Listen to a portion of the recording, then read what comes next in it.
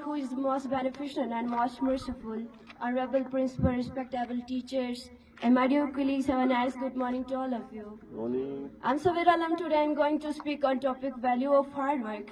Hard work is always part of when you work hard in right direction. You will see magic happens and you will be at right place where you should be. It gives us a means satisfaction by knowing that we all put in our sweet bloods to achieve this. The man whose work always never failed in their life. God prefers work. I give an example of farmers whose work day and night and his land at home.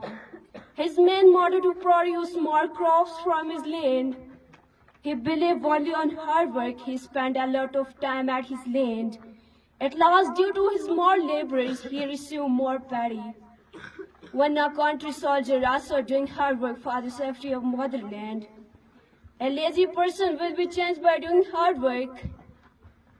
Every student slowly should believe on hard work, doing the hard work.